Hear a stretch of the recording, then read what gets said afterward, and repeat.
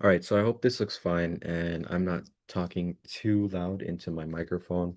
I just wanted to try out my iPhone microphone instead of my laptop. I don't know if I can set this down. I mean, my phone, but I am recording. So today I want to show you and introduce to you one of the first things I would use as a day trader, whether you're a beginner or you've been in this industry and you just want to find new ways to understand the narrative. So, with the daily range and the drawn liquidity, I personally am a day trader who likes to keep my trades open for less than 30 minutes um, because I'm a student and that is what fits my lifestyle. Now, this daily range and drawn liquidity can be catered towards swing traders, people who want to catch the entire range. That's just for you to create the structure. But this is going to be I'm going to be showcasing how I have structured the daily range and drawn liquidity to uh, my lifestyle. So, starting off with, how do you find the daily range? Well, as a beginner, or um, to set concrete boundaries, we can just put a vertical line on the most recent previous day and current daily candle. And we can move on to a more precise 1 hour. So in this 1 hour, we see the start of yesterday and the start of today. We can move it to the side so we understand where the actual low is and start our rectangle.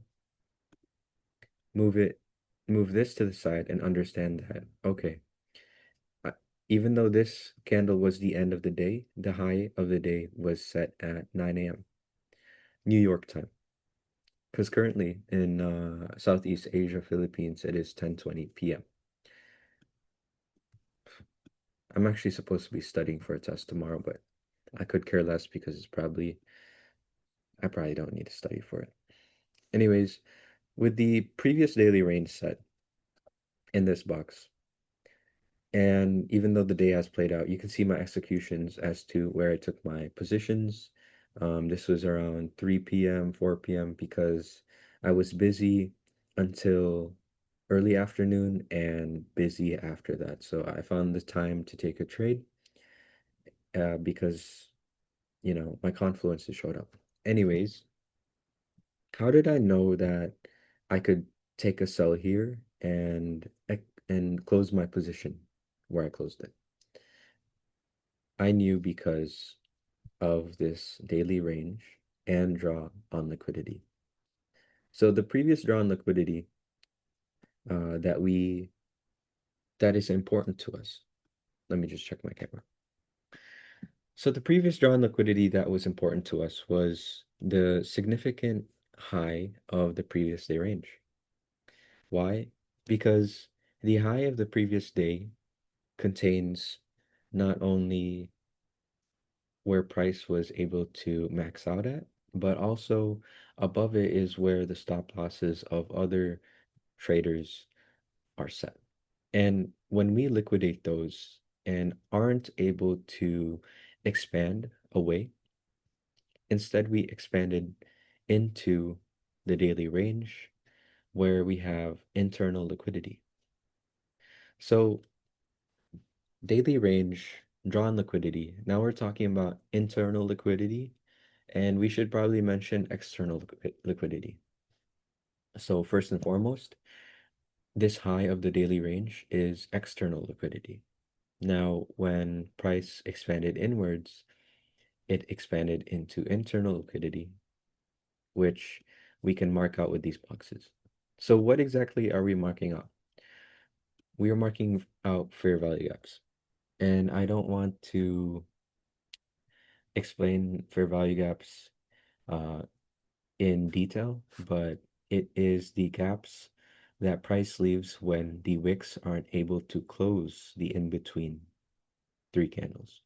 So one, two, three, and the low of this most recent wick and the low of the previous wick are not overlapping in between when this candle is in between. So when we came into the market around 3 a.m. New York or 3 p.m. Asia time, we've seen that the market has already inversed, or pushed through two internal liquidities, right? And when it pushed through these two internal liquidities, it stopped right here. So let me set my phone down and I'll try to raise my voice. So it pushed down into here. So we asked ourselves, what did it push into? Well, we have this recent swing low on the 1 hour. And with the daily range, I use the daily chart, 4 hour chart, 1 hour, 15 minute, 1 minute, and 15 second. So let's go down to the 15 minute because there we can find clear answers. So with this relative equal low, we also have this 15 minute fair value gap or imbalance. These are imbalances for value gaps. They go by many names, but we are going by fair value gaps. So after this initial low was set right here, after sweeping this swing low and pressing into this fair value gap, it rotated higher, this high. So let's mark out this low and this high, right? This is pure technical analysis. We're not using any fundamentals. So with this low and this high being set, this is a minor range. We can see minor ranges on the left side of the screen. And knowing that we are in this range, when we rotate from the high and are not able to expand, we are expecting rotation lower. So at this point, when we were accepted into the value area high, we expected rotation to the value area low, which is where we closed our trade. And we knew that price would come lower because we are delivering to the internal liquidities rather than creating new liquidity external on the external side, right? And this most recent push, let's look to the left. This most recent push pushed into this imbalance, right? And when we go on to, I'm not going into my execution and entry framework, but we'll keep it at this. So this daily range showed us that um, when today's price pushed up into the previous day range high, it was not able to expand. Rather, it came back into the internal of the daily range, and the targets within that were our fair value gaps and swing lows. So I think that part of the video, we can just end on um, this chart right here. And I'll show an example of a random date using this daily range. Oh, actually, my backtesting session has ended, so I don't want to create a new one just for this video. Um, Using the backtesting for the daily ranges, we had a net profit of 18,000, two losses, showing us that this can consistently work if you use risk management.